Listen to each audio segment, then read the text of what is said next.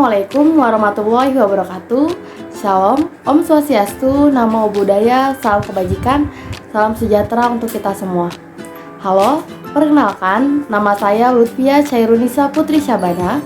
Saya dari kelas 1C, Pendidikan Guru Sekolah Dasar semester 1, Universitas Pendidikan Indonesia, kampus di Purwakarta.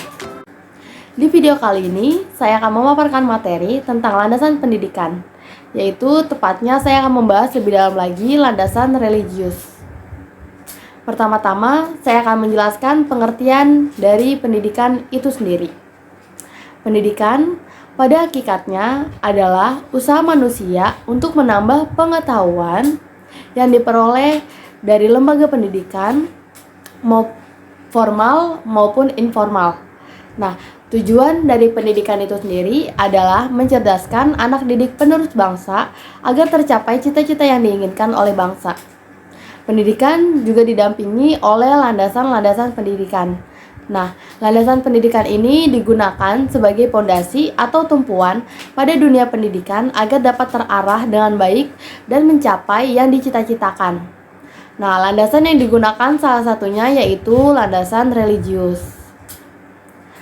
Selanjutnya, saya akan menjelaskan pengertian dari landasan religius.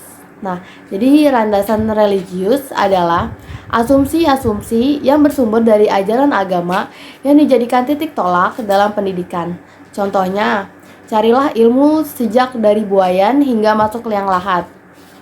Nah, dasar pendidikan agama di Indonesia ini erat kaitannya dengan dasar pendidikan nasional yang menjadi landasan terlaksananya pendidikan bagi bangsa Indonesia.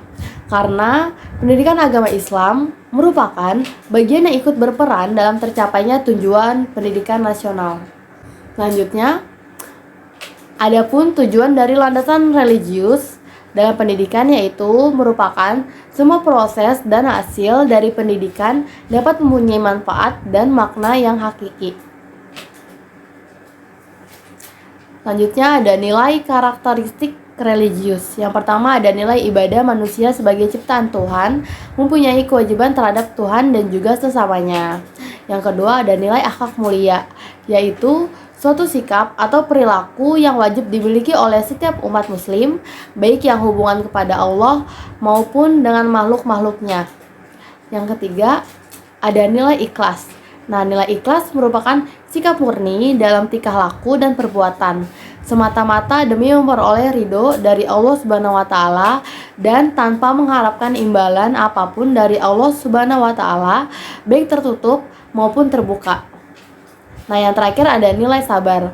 Kalau nilai sabar itu merupakan sikap batin yang tumbuh karena kesadaran tujuan hidup yaitu Allah.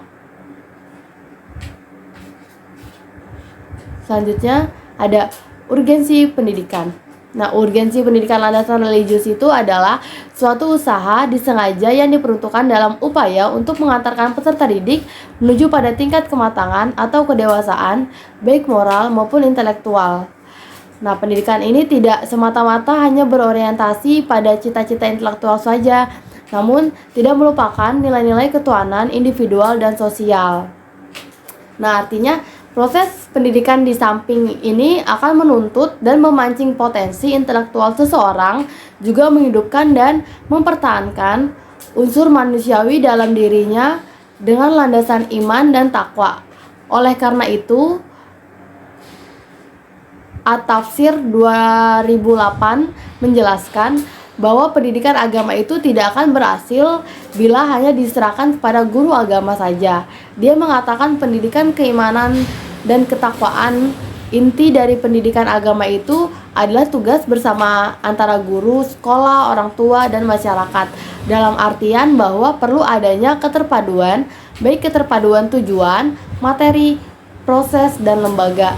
Nah, dengan adanya undang-undang dan fenomena yang terjadi dalam dunia pendidikan menjadikan agama sebagai suatu yang wajib untuk dijadikan landasan dalam proses pendidikan, baik di tingkat dasar maupun menengah dan bahkan sampai ke tingkat perguruan tinggi.